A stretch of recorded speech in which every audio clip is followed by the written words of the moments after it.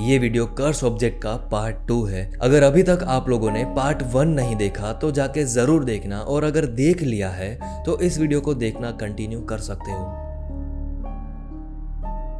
आपने कभी सोचा है कि एक मास्क जिसको पहनने से कोई इंसान एक मॉन्स्टर में बदल सकता है, एक ऐसा सुंदर सा डायमंड जिसको सिर्फ छूने से आपकी मौत तक हो सकती है, और एक ऐसा कैमरा जिसमें आप भूतों की फोटोज को क्लिक कर सकते हो। आज के इस वीडियो को एंड तक जरूर देखना, क्योंकि आखिरी वाला जो ऑब्जेक्ट है जिसकी वजह से दुनिया की सबसे बड़ी शिप टाइटैनिक डूबी थी।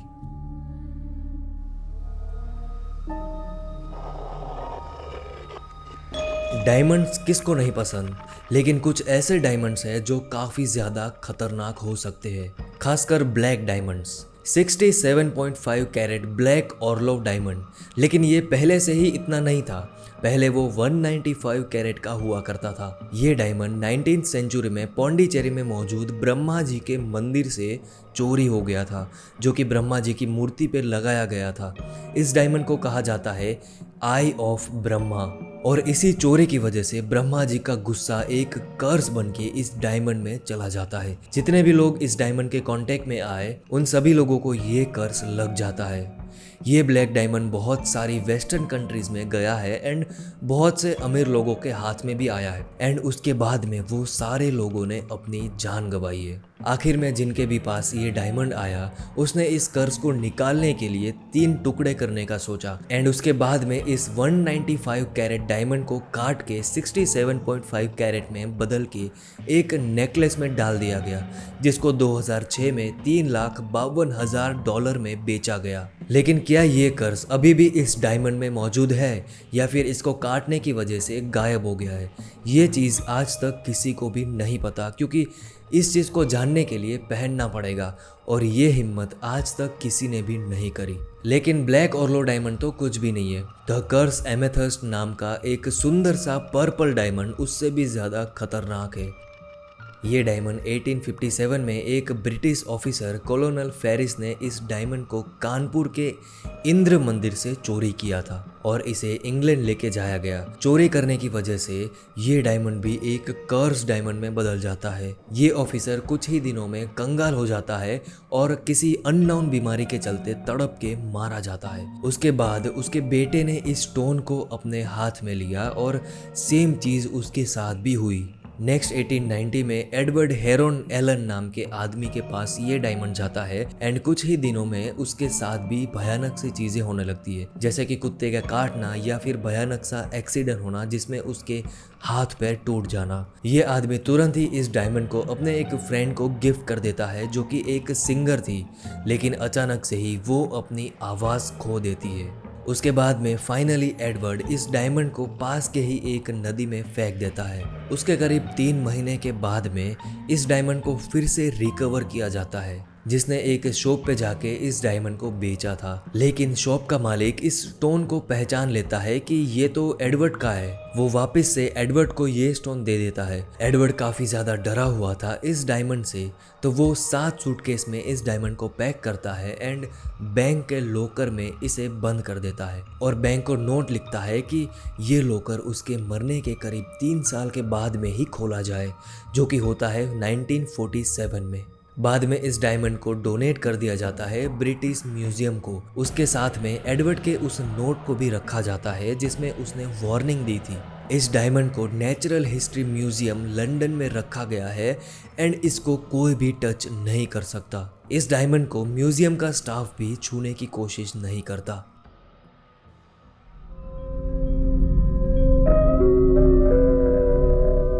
जापान में थिएटर करते वक्त एक अजीब सा मास्क पहना जाता है जिसको कहा जाता है नोआ मास्क।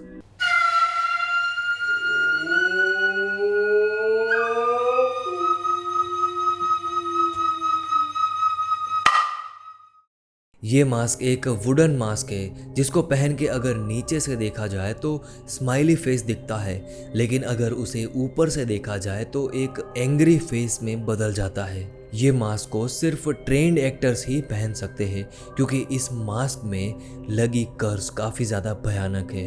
14th सेंचुरी में ऐसा माना जाता था कि नोआ मास्क नेगेटिव एनर्जी को अपनी तरफ अट्रैक्ट करता है। एंड जो भी इस मास्क को पहनता है वो नेगेटिव एनर्जी उसके अंदर भी आ जाती है। ऐसा भी माना जाता है कि ये मास्क लोगों को पजेस कर लेता है, उस इंसान को अपने वश में कर लेता है। साइंटिस्ट के पास भी इस चीज़ को लेके कोई भी एक्सप्लेनेशन नहीं है कि ये चीज़ क्यों होती है।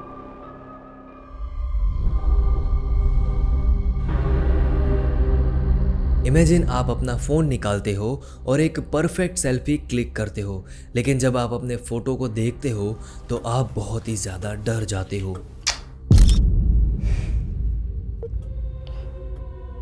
क्योंकि आपके फ़ोटो के पीछे एक अजीब सी परछाई दिखती है जो कि कोई इंसान की नहीं है। लेकिन उस वक्त आप अपने घर में बिल्कुल अकेले होते हो, तो आपको कैसा लगेगा? 1860 में अमेरिकन फोटोग्राफर विलियम ममलर ने अपनी वाइफ का एक फ़ोटो क्लिक किया जिसमें पीछे कुछ शैडो दिखाई देती है जो कि होती है अब्राहम लिंकन की। ये फ़ोटो के चलते पब्लिक काफ़ी ज़्यादा पागल हो जाती है एंड देखते ही देखते विलियम काफ़ी ज़्यादा फेमस फोटोग्राफर बन जाता है। उसका कहना था कि उसके पास में एक ऐसा कैमरा है जो कि गोस्ट को कैप्चर कर सकता है। उसके चलते उसका बिजनेस काफ़ी ज़्यादा सही चलने लगता है। लेकिन पीटी बर्नम नाम का एक आदमी जो कि फेमस है अपने बिजनेस और 3 रिंग सर्कस के चलते, विलियम के ऊपर वो केस कर देता है कि वो लोगों से पैसे लूट रहा है झूठ बोल के। उसके कैमरा में ऐसा कुछ भी नहीं है, ये सारी चीज़ें फेक है। ये चीज़ें तब क्लियर होती है जब पीटी बर्नम के फोटोज़ को दिखाया गया था कोर्ट में, जिसमें पीछे अब्राहम लिंकन की शैडो दिख रही थी। विलियम ममलर एक ट्रिक यूज़ करता था, वो पहले बनाई हुई ग्लास प्लेट को लगाता था एंड न्यू वाली ग्लास प्लेट को भी लगाता था। उसके बाद में वो फोटो क्लिक करता था जिसके चलते डबल एक्सपोजर दिखता था। कोर्ट में ये साबित हुआ कि विलियम ममलर दूसरों के घर में घुस के क्लाइंट्स के रिलेटिव्स के फोटोज को चुराता था ताकि उनके फोटोज में वो उसके गोस्ट को दिखा सके। और कई बार तो उसके फोटो में जो गोस्ट दिखता था वो एक्चुअली में जिंदा इंसान का फोटो था। एंड आखिर में विलियम ममलर गिल्टी पाया जाता है एंड उसका बिजनेस पूरी तरीके से खत्म हो जाता है। –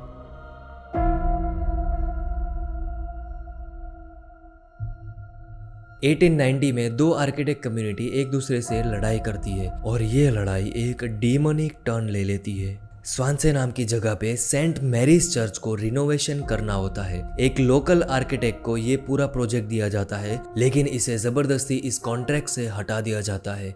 इस आर्किटेक्ट को काफी ज्यादा गुस्सा आ जाता है एंड वो बदले की आग में जलने लगता है। वो चर्च के नज़दीक में एक कॉटेजेस की पूरी रो को खरीदता है और उसे तोड़ के वहाँ पे एक रेड ब्रिक ऑफिस बिल्डिंग बनवाता है और वो बाहर में एक 3 फुट की मूर्ति लगवाता है जो कि एक डेविल की मूर्ति होती है। ये आर्किटेक्ट इस चर्च को श्राप देता है कि जब ये चर्च डिस्ट्रॉय होगी एंड पूरी तरीके से खत्म हो जाएगी तब ये डेविल बच जाएगा और उस पे हंसेगा। इस डेविल के स्टैचू को ओल्ड निक नाम से जाना जाता है और वो उसी चर्च को लगातार घूरता ही रहता है।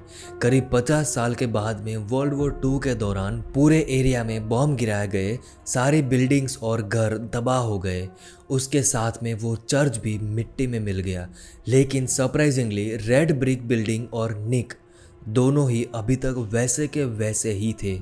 उस बिल्डिंग को कुछ भी नहीं हुआ। उसके कुछ सालों के बाद में ये बिल्डिंग को गिरा दिया गया एंड तब निक अचानक से ही गायब हो गया। लेकिन कुछ टाइम के बाद में उसे 2019 में स्वानसे म्यूजियम में लेके आया गया, जो कि आज भी बिना पलक झपकाए घूर रहा है।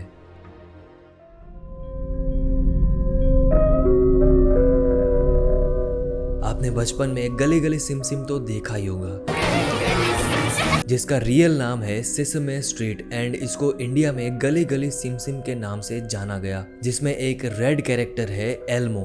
एल्मो का टॉय बच्चों का काफ़ी ज़्यादा पॉपुलर बन गया था, लेकिन 2008 में फ्लोरिडा के एक 2 साल के लड़के के साथ बहुत ही अजीब चीज़ होती है। उसके पास में ये एल्मो डॉल थी जो कि वॉइस को रिपीट करती थी एंड इस डॉल को ऐसे प्रोग्राम किया गया था कि वो नेम्स भी याद रख सकती थी। मेलिसा बोमैन का बेटा जब एल्मो डॉल से खेल रहा था तब अचानक से ही ये डॉल एक ही चीज़ बार बार बोलने लगती है, किल जेम्स, एंड इस चीज़ को रिपीट करने लगती है। जब इस डॉल की बैटरीज डाउन हुई एंड बैटरीज को रिप्लेस किया गया तो फिर से एल्मो डॉल वही सेम चीज़ बोलने लगती है, किल जेम्स। क्या वो डॉल रियली में पॉजेस थी? क्योंकि जब तक इस डॉल को कोई सिखाएगा नहीं तब तक ऐसी चीज़ें नहीं बोल सकती।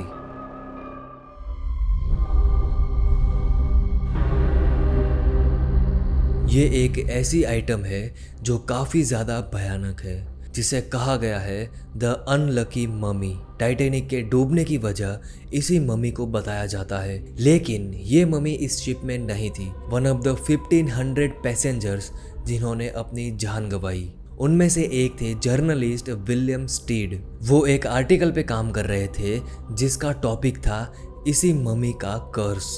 जो भी लोग टाइटैनिक से बच के बाहर आए थे उन लोगों का ये कहना था कि विलियम डिनर के टाइम पे कुछ मम्मी जैसी चीज़ों के बारे में बात कर रहे थे, एंड सिर्फ उसकी बातें करने से ही इतना बड़ा हादसा हो गया। लेकिन इस बात में कितनी सच्चाई है ये आज तक किसी को भी नहीं पता, और इसका कोई भी सबूत नहीं मिला और ना ही कोई रिटन आर्टिकल मिला। बहुत सालों पहले इस मम्मी को छूने या फिर हटाने वाले लोगों के साथ काफ़ी बुरी चीज़ें हुई थी, जैसे किसी का एक्सीडेंट हो जाना या फिर अननोन रीज़न के चलते मौत हो जानी।